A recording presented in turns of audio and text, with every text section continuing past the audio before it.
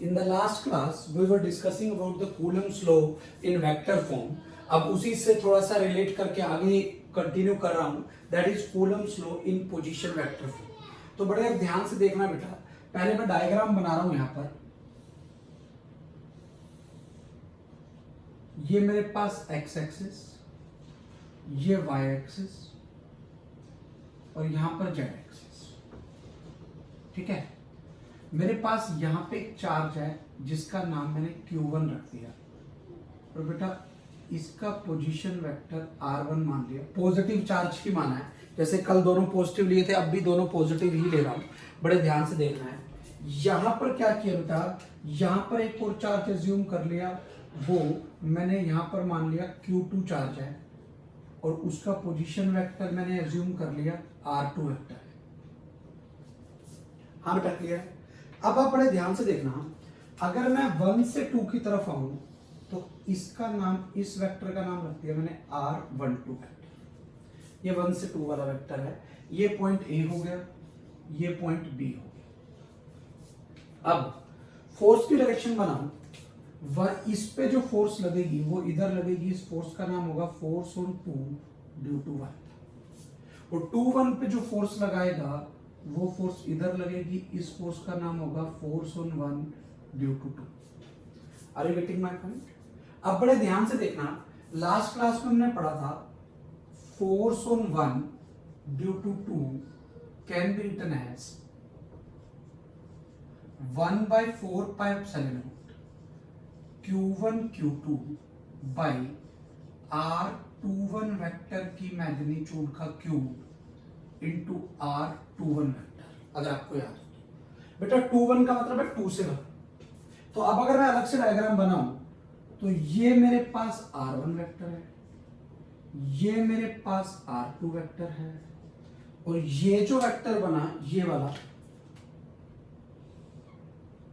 ये आ गया R21 vector 2 से 1 की. कोई डाउट? अब अगर मैं यहां पे ट्रायंगल लॉ लगाऊं, आपने 11th क्लास में वेक्टर का ट्रायंगल लॉ पढ़ा होगा. अगर दो वेक्टर सेम ऑर्डर में हो तो उनका रिजल्टेंट ट्रायंगल की थर्ड साइड होता है अपोजिट ऑर्डर में.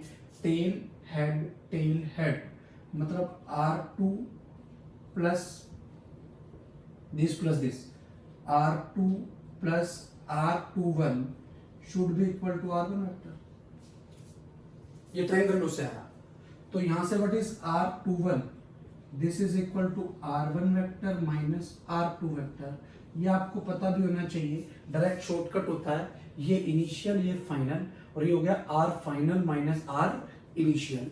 तो यहां से मेरे पास जो रिजल्ट आ गया, force on 1 due to 2 can be written as 1/4 pi epsilon not Q1 Q2. बेटा ये तब है, यहाँ 1-2 है, यहाँ 2-1 तब है जब दोनों का नेचर सेम है. अगर एक प्लस हो जाता और एक माइनस हो जाता तो यहाँ भी R12 ही आ जाता. अब R21 वेक्टर को क्या लिख दो बेटा, R1 vector minus R2 vector की मैग्नीट्यूड का cube into R1 vector minus R2 vector. ये मेरे पास आ गया बेटा Coulomb's law in position vector form. ये बेटा यहाँ 1-2 है तो ये 1-2 सिर्फ तभी आ रहा है जब दोनों का नेचर सेम है. अगर दोनों का नेचर अपोजिट होता तो उल्टा आता. ऑन द सेम लाइन अगर फोर्स ऑन 2 ड्यू टू 1 निकालूं तो ये आएगा 1/4 pi epsilon not Q1 Q2 by R12 vector की मैग्नीट्यूड का क्यूब इनटू R12 वेक्टर.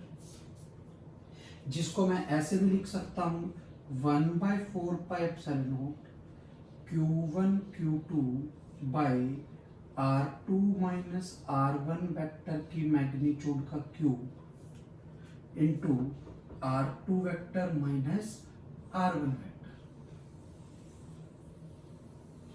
यहां से मुझे ये भी पता लग सकता है force on 1 due to 2 is minus of force on 2 due to 1. ऐसा इसलिए है R21 की magnitude is equal to R12 की magnitude is equal to R2 minus R1 की magnitude is equal to R1 minus R2 की magnitude. Magnitude का मतलब यहाँ से यहाँ का डिस्टेंस. डिस्टेंस तो दोनों केस में चाहे इधर से इधर का चाहे इधर से इधर का वो तो सेम है. ये यहां से रिजल्ट आ गया, यहां से भी मैं बोल सकता हूं कि कूलम्स लॉ ओबे न्यूटन्स थर्ड।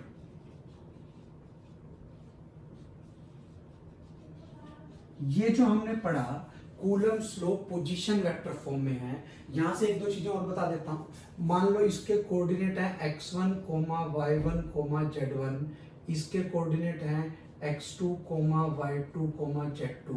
तो बेटा r1 वेक्टर आ जाएगा x1 i cap plus y1 j cap plus z1 k cap, और r2 वेक्टर आ जाएगा x2 i cap plus y2 j cap plus z2 k cap. अगर आपको कोऑर्डिनेट्स पता हो तो आप पोजीशन वेक्टर आई जे के की फॉर्म में ऐसे निकाल सकते हो। This is all about Coulomb's law in position vector form. Next heading is principle of superposition of force. ये क्या कहता है? It states that force, net force on a charged particle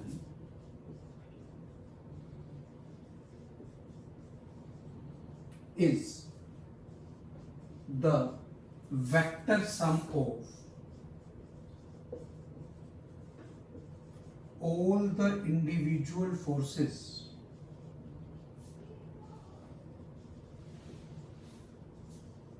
acting on that charge particle। उसको हम क्या बोलते हैं? ठीक है, acting on that charge particle due to surrounding charges. ऐसा क्यों होता है ये भी समझना है। ठीक है, इस कंसेप्ट को भी समझेंगे। Because the force between two charges is independent of the surroundings or the presence of other charges or the presence of other charges। बेटा इस कंसेप्ट को समझ रहे हैं? ये जो चीज मैं आपको बता रहा हूं कि बिकॉज के बाद वाली लाइन, ये सबसे इंपॉर्टेंट पॉइंट है। ये आपको सबसे इंपॉर्टेंट चीज है जो आपको पता होनी चाहिए। क्या मतलब है इसका? आपको ये चीज बड़े ध्यान से समझनी है। प्रिंसिपल ऑफ सुपरपोजिशन का क्या मतलब है, मैं इस चीज को बड़े ध्यान से आपको यहाँ पे समझना है। ठीक है, तो देखते हैं बेटा। जैसे मैंने कह दिया ये मेरे पास एक Q0 चार्ज है, इसके पास मैंने यहां पे Q1 चार्ज रख दिया। तो बेटा Q1 Q0 पे एक फोर्स लगाएगा, ये वाला चार्ज इस पे एक फोर्स लगाएगा। इस फोर्स का नाम रख दिया F01। हाँ बेटा क्लियर? अब क्या किया, यहां पर मैंने Q2 चार्ज रख दिया। अगर Q2 रखने से इन दोनों के बीच की फोर्स चेंज हो जाती तो मैं इस पॉइंट पे नेट फोर्स नहीं निकाल पाता, क्योंकि जैसे ये रख रहा हूं इसकी फोर्स चेंज हो गई। इसका मतलब ये है कि Q2 रखने से Q1 और Q0 के बीच की फोर्स चेंज नहीं हुई, वो फोर्स सेम की सेम रही। बट Q2 ने Q0 पे एक और फोर्स लगा दी, जिस फोर्स का नाम रख दिया F02। समझ आ गई बेटा मैंने क्या कहा है? अब यहां पर मैंने एक और चार्ज रख दिया, सपोज -Q3 रख दिया। जैसे ही -Q3 चार्ज मैंने यहां पे रखा, तो इस चार्ज के रखने की वजह से इसने इस पे जो फोर्स लगाई वो भी चेंज नहीं होगी, इसने इस पे जो फोर्स लगाई वो भी चेंज नहीं होगी, क्योंकि force between two charges is independent of the surrounding या अदर चार्जेस की प्रेजेंस पे डिपेंड ही नहीं करती। तो इसका मतलब ये जो फोर्स लगाएगा, ये वाली फोर्स इधर आ जाएगी बेटा, और कितनी आएगी? This is F03। समझ आ रही है मैंने क्या कहा? अब अगर मुझे net force on Q0 charge निकालनी हो तो क्या करूंगा? जितनी फोर्सेस लगी that is F01 plus F02 plus F note 3, अगर ऐसे n चार्ज हो तो प्लस एफ नोट n। सबका वेक्टर सम सिंपली ऐड नहीं कर सकता, वेक्टर की हेल्प से, जैसा हम 11th में पढ़ते हैं, दो वेक्टर जितने एंगल पे हो उस हिसाब से रिजल्टेंट आएगा, उसी हिसाब से मुझे ये नेट फोर्स निकालनी है जो आपको पता होनी चाहिए। अब ऐसा सिर्फ हुआ इसलिए कि दो चार्ज के बीच की फोर्स बाकी चार्ज की प्रेजेंस पे डिपेंड नहीं करती।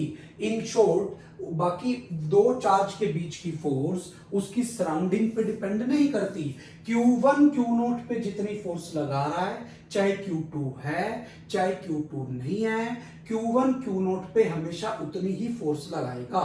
तो ये स्टेटमेंट है, इसीलिए अगर मुझे Q0 पे नेट फोर्स निकालनी है तो Q0 पे टोटल जितने भी चार्जेस की वजह से फोर्स लग रही है सबका वेक्टर सम कर दो, वो आपका नेट फोर्स पता लगेगी। ऐसा सिर्फ इसीलिए हुआ क्योंकि अगर कोई और चार्ज रखने से पहले वाले दो चार्ज के बीच की फोर्स चेंज हो जाती तो मैं नेट फोर्स वैसे नहीं निकाल पाता, क्योंकि वो फोर्स बार बार क्या कर जाती, चेंज कर जाती। तो प्रिंसिपल ऑफ सुपरपोजिशन क्या कहता है, net force acting on A charge particle is the vector sum of all the individual forces acting on that charge particle due to the surrounding charges। Reason वही है क्योंकि दो चार्ज के बीच की force बाकी चार्ज की प्रेजेंस पे depend नहीं करती, इसीलिए नेट फोर्स निकालने के लिए आपको एक तो कूलम्स लॉ आना चाहिए, दूसरा वेक्टर आना चाहिए कि हमें वेक्टर नहीं कैसे ऐड करना है। तो इसको हम न्यूमेरिकल्स में देखेंगे, न्यूमेरिकल्स में मैं वहां पे आपको बताऊंगा कि वेक्टर में कैसे लॉजिक लगाना है, और कूलम्स लॉ हम ऑलरेडी पढ़ चुके हैं। Next is important points regarding Coulomb's law. तो पहला point it is valid only for point charges और spherical charges with outside point. इसको हम पहले भी देख चुके हैं, डिटेल में पढ़ चुके हैं कि ये सिर्फ पॉइंट चार्जेस के लिए लगेगा या spherical charges with outside point के लिए लगेगा। यही सारे के सारे रूल ग्रेविटेशनल फोर्स में भी लगते हैं, जो कि न्यूटन्स लॉ ऑफ ग्रेविटेशन में है। Second, Coulomb's law is an experimental law, no proof. कोई पूछ ले can we prove Coulomb's law, no, ये आपको याद रखना है, डायरेक्ट एक्सपेरिमेंटल है, तभी बोलते हैं force is directly proportional to Q1 Q2 and inversely proportional to R square. Third, Coulomb's force और electrostatic force between two charges acts along the line joining the centre of both the charges. क्या मतलब है, ध्यान से समझना। मान लो ये मेरे पास एक चार्ज है Q1, ये मेरे पास एक दूसरा चार्ज है Q2, इनके बीच का डिस्टेंस है R। तो बेटा पॉजिटिव पॉजिटिव को रिपेल करेगा, तो ये एक लाइन है जो line joining both the charges है। तो अगर मुझे फोर्स 2 पे देखनी है 1 की वजह से, तो मैं इस फोर्स का नाम रखूंगा फोर्स ऑन 2 ड्यू टू 1। 2 इधर देखनी है तो इस फोर्स का नाम आएगा फोर्स ऑन 1 ड्यू टू 2। समझ में आ रहा है बेटा मैं क्या कह रहा हूं? तो कूलम फोर्स और electrostatic force between two charges acts along the line joining center of both the charges। दोनों चार्जेस के सेंटर को ज्वाइन करती हुई लाइन पे लगती है। समझ में आ गया मैंने क्या कहा? क्लियर है? अब अगला coulomb force is central force. Central force का क्या मतलब होता है, बड़े ध्यान से समझना। सेंट्रल फोर्स का मतलब एक तो वही कि सेंटर के अलोंग लग रही है, लाइन ज्वाइनिंग के सेंटर पे लग रही है। दूसरा, सेंट्रल फोर्स का जनरल मीनिंग होता है, अगर मैं यहां से कूलम फोर्स का फॉर्मूला लिखना चाहूं तो फॉर्मूला ये आता है 1/4πε0 Q1 Q2 by R square into R cap. यही तो बनता है, 4 1 2 4 2 1 ऐसे तो फोर्स बनती है। अगर कोई भी फोर्स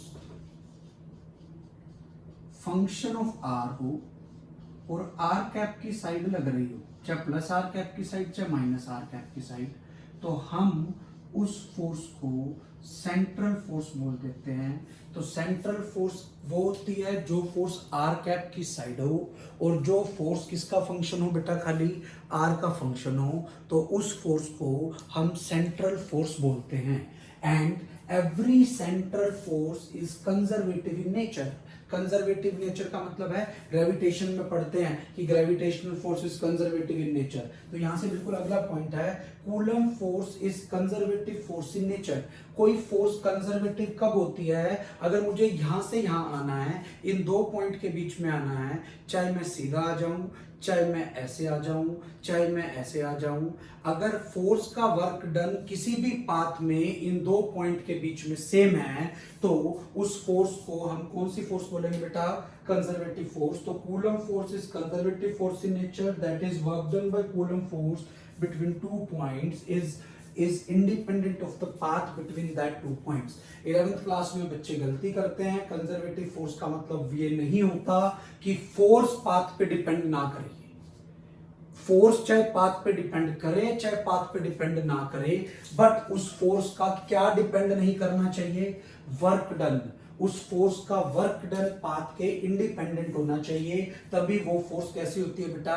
कंजर्वेटिव फोर्स। अगला पॉइंट है coulomb force is long range order force. Long range order का मतलब है ज्यादा डिस्टेंस तक, डिस्टेंस में वेरिएशन बहुत ज्यादा है वहां तक लगा सकता हूं। लोग जैसे न्यूक्लियस के अंदर एक फोर्स लगती है न्यूक्लियर फोर्स, वो सिर्फ न्यूक्लियस के अंदर अंदर लगती है, अंदर तो बहुत कम डिस्टेंस होता है, तो वो शॉर्ट रेंज ऑर्डर होती है। Gravitational force and coulomb force long range order force होती है। एक फर्मी का मतलब 10 की पावर -15 मीटर से ज्यादा के डिस्टेंस पे, चाहे चार्ज के बीच का डिस्टेंस 10 सेंटीमीटर हो, चाहे 10 मीटर हो, चाहे 10 किलोमीटर हो, चाहे 1 माइक्रोमीटर हो, इससे 10 की पावर -15 मीटर के डिस्टेंस से ज्यादा के लिए कूलम फोर्स एप्लीकेबल है। इसलिए बोलते हैं कि coulomb force is long range order force.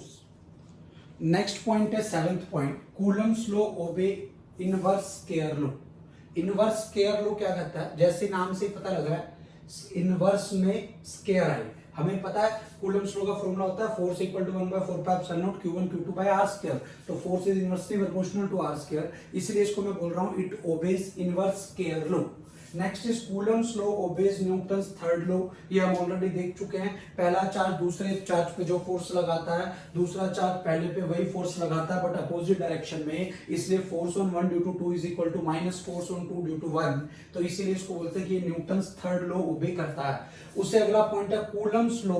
Coulomb force is mechanical force which can change the speed, kinetic energy, momentum, velocity of the charged particle। मतलब क्या? देखो ध्यान से, मतलब मेरे पास ये एक चार्ज पार्टिकल है, मान लो फिक्स्ड है, इसको फिक्स कर रखा है, चिपका रखा है या पकड़ रखा है।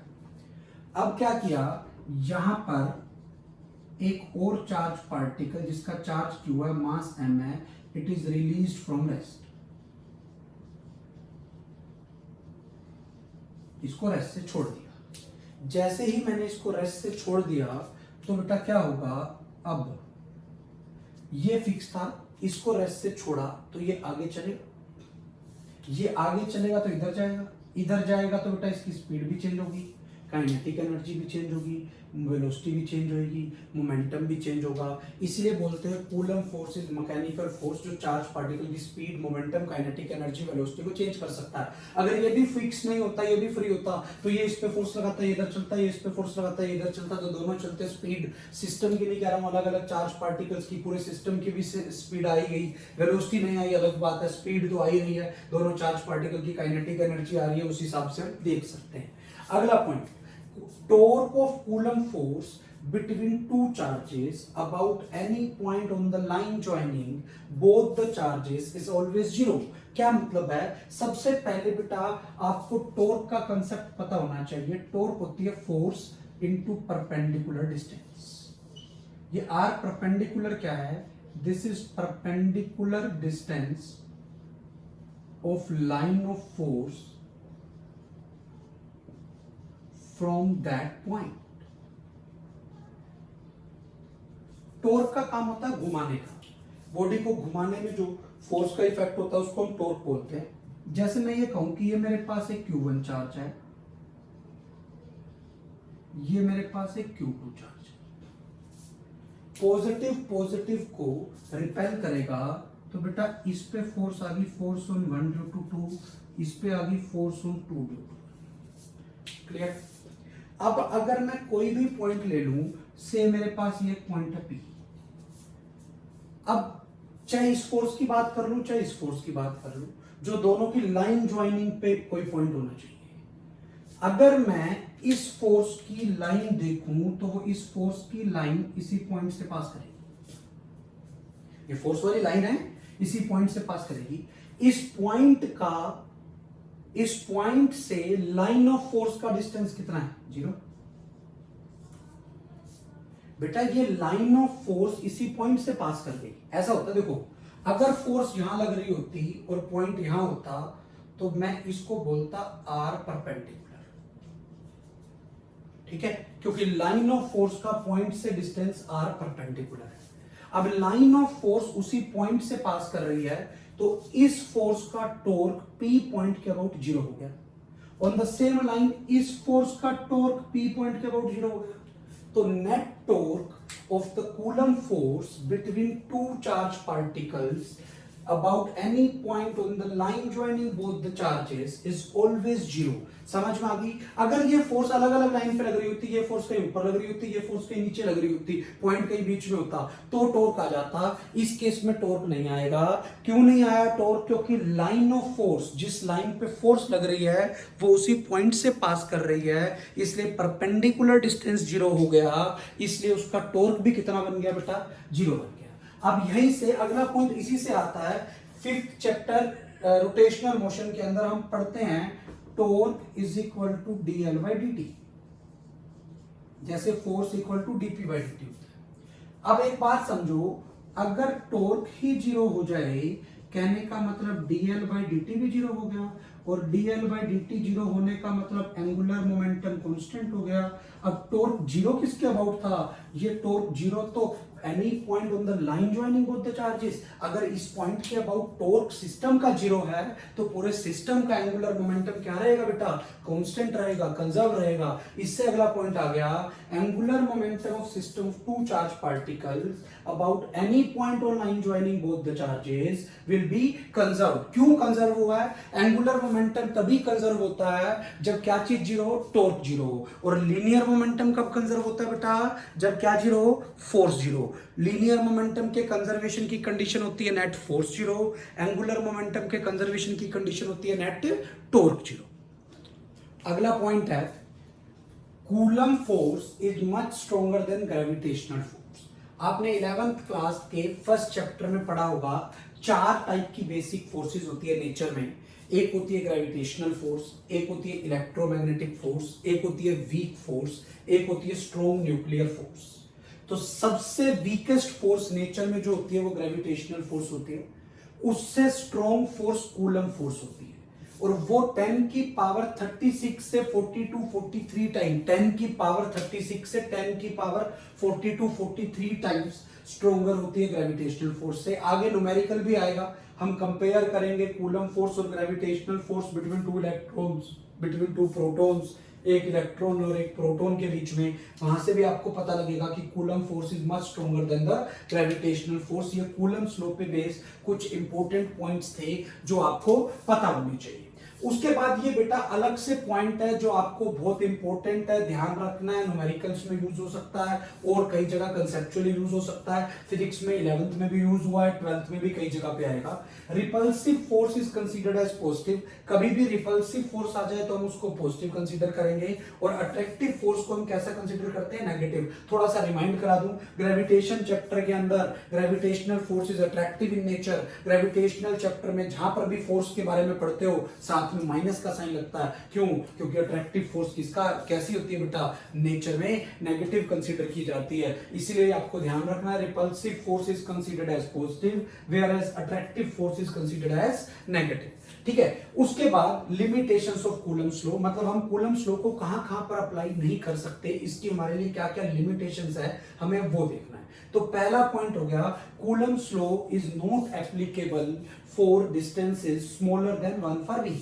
Coulomb force is not applicable for distances smaller than 1 Fermi। हमने पढ़ा है Coulomb's law is applicable only for distances greater than 1 Fermi। अगर डिस्टेंस 1 फर्मी से कम है तो हम वहां पर Coulomb's law को अप्लाई नहीं कर सकते। दूसरी लिमिटेशन हमने पढ़ा है, Coulomb's law is applicable only for point charges और spherical charges with outside point। तो अगर बेटा ये दो पॉइंट चार्जेस हैं तो फोर्स का फॉर्मूला सीधा डायरेक्ट Coulomb's law से आ गया। पर अगर ये पॉइंट चार्जेस नहीं हो तो Coulomb's law से नहीं आएगा। कुछ अलग टाइप के केसेस हैं, कुछ थोड़े से आपको लगेगा डिफिकल्ट टाइप के केसेस हैं, कंसेप्चुअल केसेस हैं, वो अभी हम इसी लिमिटेशन में देखते हैं। फिर इसके बाद एक और लिमिटेशन आती है, फिर वो भी देखेंगे। पहले इसी के कुछ और केसेस, हमें Coulomb's law की सेकंड लिमिटेशन के कुछ केसेस देखने हैं, वो अब हम देखते हैं। तो अभी हम पढ़ रहे थे कि Coulomb's law is applicable only for point charges और spherical charges with outside point. Options के हिसाब से आंसर बनता है। अगर देखो ध्यान से कि जैसे मान लो ये एक स्फेरिकल चार्ज डिस्ट्रीब्यूशन है जिसपे प्लस डिस्ट्रीब्यूशन प्लस 2 और रख दिया, आर डिस्टेंस है, तो इनके बीच में फोर्स लिखनी है। वैसे अगर ऑप्शन में ऐसी ऑप्शन नहीं है तो अगर देखो वैसे तो फोर्स का हम फॉर्मूला लिख देते हैं 1/4πε0 capital Q small q by r square, but actually में ये होता नहीं, ये गलत है। ये फॉर्मूला मैं यहाँ नहीं लगा सकता। क्यों नहीं लगा सकता, अब इसको देखना है ध्यान से, इक्वल क्यों नहीं है, ठीक है, अब देखना बड़े ध्यान से। वैसे तो इक्वल होता है हम बोलते हैं, पर कुछ केसेस होते हैं अगर ऑप्शन ही नहीं है जो आंसर आ रहा है फिर आप इक्वल टू भी लगा दोगे, वैसे इक्वल नहीं है। क्यों नहीं है? अब बेटा जैसे ये चार्ज रखा, ये पॉजिटिव इस पॉजिटिव को रिपेल करेगा, ये पॉजिटिव इस पॉजिटिव को रिपेल करेगा, क्योंकि पॉजिटिव पॉजिटिव को रिपेल करेगा, तो चार्ज यहीं रहेगा या इधर डिस्ट्रीब्यूशन ज्यादा हो जाएगा। अब अगर मैं देखूं इसमें चार्ज का डिस्ट्रीब्यूशन, तो बेटा यहां पर चार्ज ज्यादा हो जाएगा और यहां पर चार्ज कम हो जाएगा। समझ आ गया कैसे? बेटा इस पॉजिटिव ने इस पॉजिटिव को रिपेल किया होगा तो ज्यादा चार्ज पीछे आ गया होगा, यहां चार्ज ज्यादा हो गया, यहां चार्ज कम हो गया। अभी क्या था, पहले यूनिफॉर्म डिस्ट्रीब्यूशन था जब तक ये चार्ज नहीं रखा था। जैसे ये चार्ज रखा इसका डिस्ट्रीब्यूशन चेंज हो गया, अब सेंटर ऑफ चार्ज यहीं पे आएगा या पीछे की साइड शिफ्ट हो जाएगा। अब सेंटर ऑफ चार्ज कुछ पीछे शिफ्ट हो जाएगा, क्यों? क्योंकि अब चार्ज ज्यादा यहाँ है तो सेंटर यहाँ शिफ्ट हो जाएगा। मतलब अगर मैं इस पूरे प्लस क्यू की जगह, जब तक ये चार्ज दे रखा था तो इस प्लस क्यू की जगह मैं एक चार्ज यहाँ पे मान सकता था, बट जब ये चार्ज रख दिया तो अब इस पूरे प्लस क्यू, टोटल चार्ज तो सेम ही है इसके ऊपर, पर उस चार्ज को यहाँ ना मान करके पीछे मानना पड़ेगा क्योंकि अब ज्यादा चार्ज यहाँ पर है। तो बेटा इसीलिए ये वाला डिस्टेंस अब इफेक्टिव डिस्टेंस बन जाएगा। इस केस में इफेक्टिव डिस्टेंस एक्चुअल डिस्टेंस जो आर सेंटर से चार्ज का था उससे ज्यादा हो गया। तो यहां पर अब जो इन दोनों के बीच में फोर्स लगेगी वो होगी 1/4πε0 capital Q small q by r effective का स्क्वायर। क्यों ऐसा हुआ? पहले क्या था, जब तक ये चार्ज नहीं रखा था या ये चार्ज बहुत छोटा हो तो सेंटर यहीं रहेगा, क्योंकि फिर ये इस पे इतनी फोर्स नहीं लगा पाएगा कि ये पीछे शिफ्ट हो जाए। बट अब ये चार्ज छोटा नहीं है, ये चार्ज एप्रिशिएबल अमाउंट का है, तो इसने इसके डिस्ट्रीब्यूशन को चेंज कर दिया। तो अब सेंटर ऑफ चार्ज सेंटर पे ना रहकर यहाँ पे आ गया, इस पॉइंट का नाम मैंने O डैश रख दिया। तो इसका मतलब अब इस प्लस क्यू की जगह हटा के मैं यहाँ पे चार्ज रख सकता हूँ जिसका नाम मैंने R इफेक्टिव रख दिया। तो ये R इफेक्टिव आ गया। अब आप देखो R इफेक्टिव R से बड़ा है, तो इसलिए अब इन दोनों के बीच में जो नेट फोर्स आएगी वो 1/4πε0 capital Q small q by r square से कम हो गई। क्यों? क्योंकि बेटा R इफेक्टिव R से बड़ा है, ये वाली चीज R से बड़ी है, तो बेटा ये वाली डिनोमिनेटर बढ़ गया, तो फोर्स R स्क्वायर से क्या हो गई? कम हो गई। अगर ऑप्शन में ऐसी ऑप्शन है तो ये आपका आंसर आ गया। अगर ऐसी ऑप्शन नहीं है कोई भी तो इक्वल टू वाला आंसर आप लगाओगे, मजबूरी है, फिर हमारे पास कोई ऑप्शन नहीं है। इतनी बात समझ में आ गया? तो सबसे इंपॉर्टेंट तो यही है कि मेनली लगता है कौन से पॉइंट के लिए? पॉइंट चार्जेस के लिए कूलम्स लॉ एप्लीकेबल होता है। Spherical charges with outside point के लिए भी तभी एप्लीकेबल होता है जब या तो ये चार्ज बहुत दूर हो या इसकी अमाउंट बहुत छोटी हो, ताकि वो इसके डिस्ट्रीब्यूशन को चेंज ना कर पाए। अब मैं इस केस में देखता हूं, बेटा ये प्लस ये माइनस एक दूसरे को अट्रैक्ट करेंगे तो प्लस यहां पर ज्यादा हो जाएगा और यहां पर कम हो जाएगा, माइनस यहां पर ज्यादा हो जाएगा और यहां पर कम हो जाएगा, पर टोटल चार्ज तो सेम रहेगा। अब इसका सेंटर ऑफ चार्ज सेंटर पे ही रहेगा या कहीं इधर आ जाएगा? बेटा अब कहीं इधर आ जाएगा क्योंकि इधर डिस्ट्रीब्यूशन ज्यादा है। इसका सेंटर ऑफ चार्ज यहीं रहेगा या पास में आ जाएगा? बेटा अब ये पास में आ जाएगा क्योंकि अब ये यहां पर चार्ज का डिस्ट्रीब्यूशन ज्यादा है। तो अब इन दोनों के बीच का डिस्टेंस ये वाला हो गया R इफेक्टिव। अब अगर मैं देखूं इस केस में R इफेक्टिव R से कम है, क्यों कम आया? इसमें एक पॉजिटिव चार्ज है, एक नेगेटिव चार्ज है, दोनों एक दूसरे को अट्रैक्ट कर रहे हैं। इस अट्रैक्ट करने की वजह से जो नेट डिस्टेंस हो गया वो कम हो गया, और इसमें पॉजिटिव पॉजिटिव से रिपेल कर रहे थे, इसलिए आर इफेक्टिव आर से क्या था बेटा?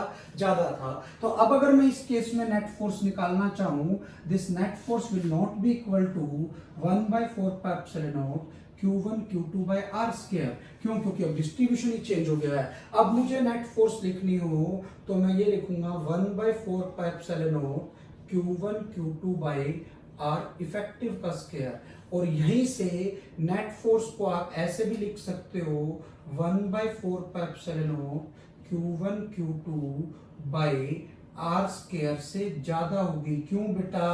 अब R इफेक्टिव R से कम हो गया है, ये वाली चीज R स्क्वायर से कम है, डिनोमिनेटर कम हो जाए तो फोर्स क्या हो जाती है बेटा? ज्यादा हो जाती है। ये सेकंड लिमिटेशन है कि Coulomb's law is applicable only for point charges और spherical charges with outside point. और आउटसाइड पॉइंट वाला भी देख लिया आपने केस, अगर दोनों ही स्फीयर हैं तो डिस्ट्रीब्यूशन चेंज होने की वजह से फोर्स की वैल्यू ऐसे आ जाती है, जो आपको क्लियरली कंसेप्चुअली समझ में आना चाहिए।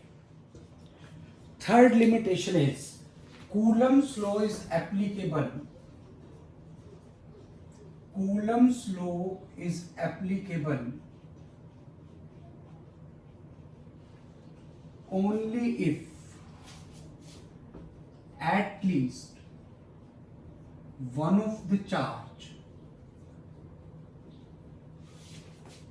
is at rest. क्या मतलब है? ये बहुत इंपॉर्टेंट लिमिटेशन है।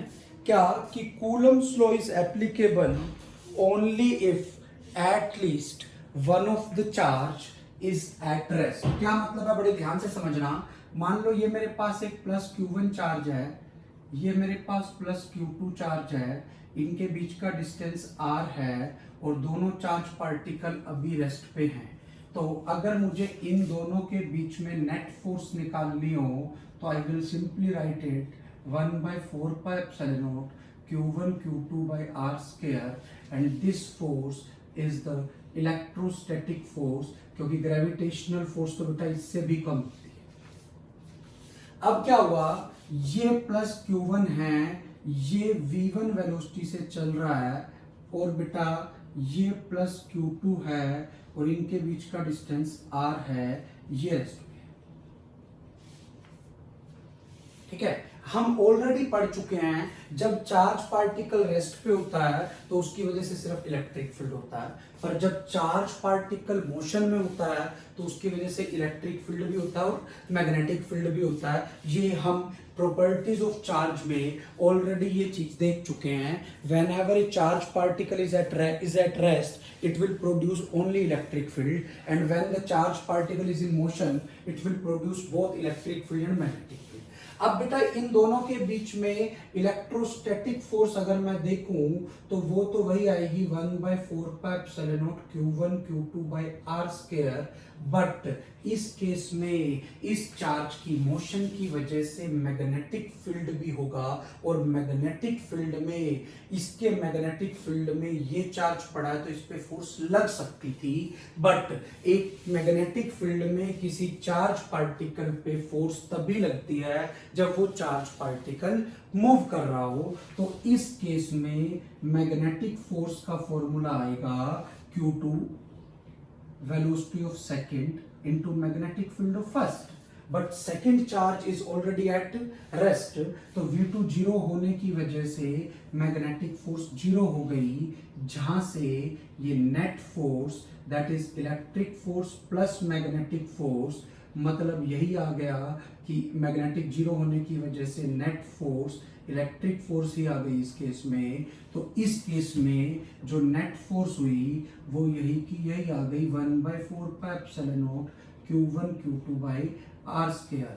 मतलब हम दो चार्ज पार्टिकल के बीच में नेट फोर्स कूलम्ब्स लॉ से बता सकते हैं only if at least one of the charge is at rest. तो देख लो कूलम्ब लॉ से नेट फोर्स इधर भी आ गई इधर भी आ गई, दोनों में सेम नेट फोर्स आई है, एक चार्ज रेस्ट पे, इसमें दोनों रेस्ट पे हैं। अब अगर मैं तीसरे केस में देखूं कि ये मेरे पास Q1 है, V1 से चल रहा है और ये मेरे पास Q2 है, ये V2 से चल रहा है, चाहे किसी भी साइड चल रहा है, किसी एक पर्टिकुलर डायरेक्शन में फोर्स जीरो आएगी, ये r डिस्टेंस है। इस केस में इलेक्ट्रोस्टैटिक फोर्स होगी 1/4πε0 Q1 Q2 by r square, that Coulomb's law तो लग रहा है बेटा, बट इस केस में मैग्नेटिक फोर्स जीरो नहीं होगी। क्यों? क्योंकि ये मैग्नेटिक फील्ड प्रोड्यूस करेगा, दूसरा चार्ज पार्टिकल मैग्नेटिक फील्ड में चल रहा है, तो यहां से जो नेट फोर्स आएगी that will be electric force plus magnetic force, और जिसको मैं नहीं लिख सकता कि net force is not equal to electric force, तो इसका मतलब ये है इस केस में net force will not be given by 1/4πε0 Q1 Q2 by r square, उससे कुछ अलग ही फोर्स होगी। समझ में आ गया क्यों बेटा?